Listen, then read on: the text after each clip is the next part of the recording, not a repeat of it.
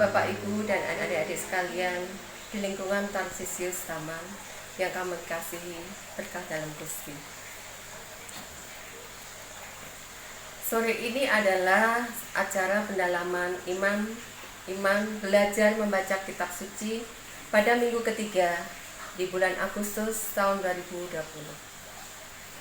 Hari ini gereja merayakan seorang kudus yang seorang abbas dan pujangga gereja. Marilah kita awali dengan tanda kemenangan Kristus. Dalam nama Bapa dan Putra dan Roh Kudus. Amin. Semoga Allah Bapa yang Maha Kuasa mengasihi kita, mengampuni dosa kita, serta mengantar kita ke kehidupan yang kekal. Amin. Marilah berdoa. Ya Allah, Santo Bernardus, Abbas, berkobar-kobar cintanya atas rumahmu telah Engkau buat bersinar cemerlang di dalam gereja. Semoga berkat doa permohonannya, kami yang dikobarkan oleh semangatnya selalu hidup sebagai anak-anak terang. Dengan pengantaraan Yesus Kristus, Putramu Tuhan kami, yang bersama dengan Dikau dalam persatuan Roh Kudus, hidup dan berkuasa Allah sepanjang masa.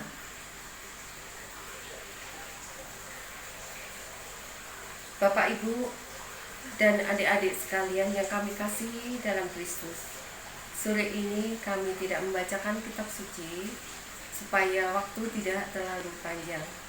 Silakan Bapak, Ibu, dan adik-adik sekalian membaca secara pribadi.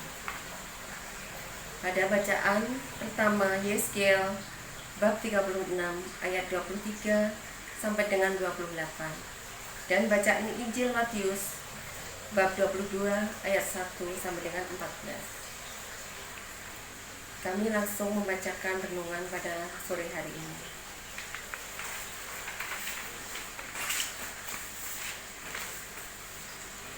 Hari ini Kristus mengenang seorang kudus yang juga seorang abbas dan pujangga gereja. Santo Bernardus dianugerahi oleh Allah kecemerlangan otak sehingga ia sangat pandai. Akan tetapi, bukan ini yang membuatnya suci, tetapi karena ia dapat memadukan antara kepandaian dengan kehidupannya yang saleh dan suci. Semua bakat dan kemampuannya diabdikan untuk Tuhan dan pewartaan Injilnya. Ia mendirikan biara di Clairvaux, sebuah pertapaan yang amat termasuk di seantero Eropa pada waktu itu. Ia juga mendirikan banyak biara, yang berarti ada banyak biarawan yang dididik dan diasuh oleh Santo Bernardus. Yang membuatnya sangat dikenal adalah ia seorang pewarta yang hebat, pembawa damai, dan penegak kebenaran.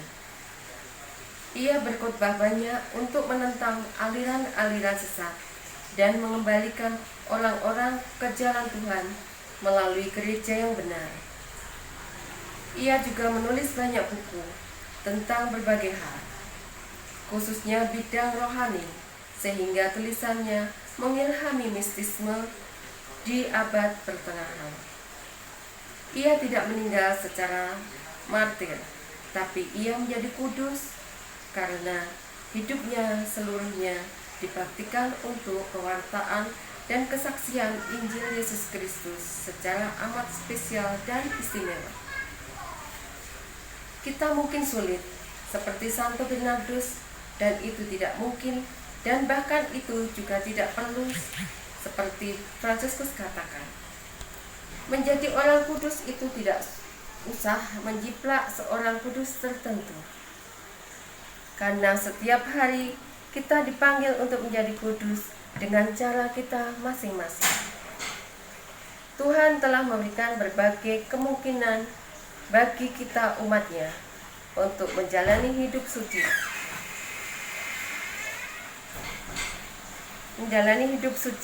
Dan itu bisa sangat spesial dan istimewa. Artinya, itu hanya kita sendiri. Meskipun begitu, ada satu hal yang jelas dan pasti, dan ini berhubungan dengan sabda Tuhan pada bacaan pertama hari ini,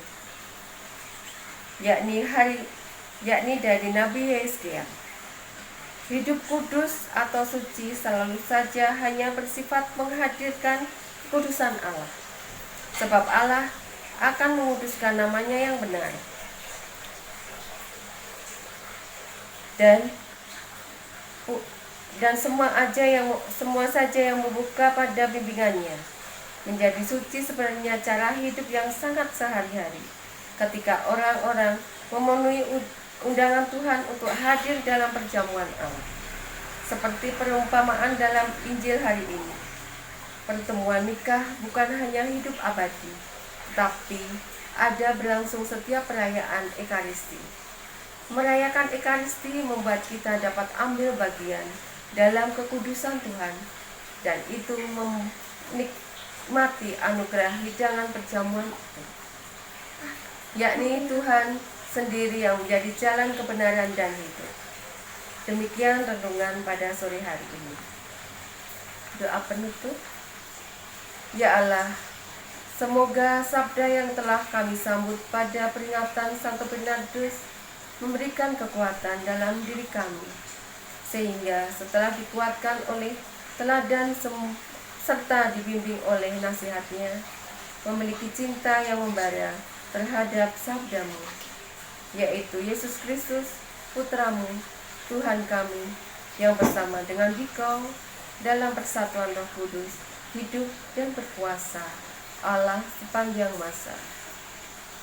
Demikian Bapak Ibu serta adik-adik sekalian di lingkungan Tarsius yang kami kasihi. Nanti pada pukul 18.30 Bapak dan Ibu dapat sharing dan diskusi mengenai firman Tuhan yang kita bacakan tadi. Demikian kami tutup dalam tanda kemenangan Kristus. Dalam nama Bapa dan Putra dan Roh Kudus.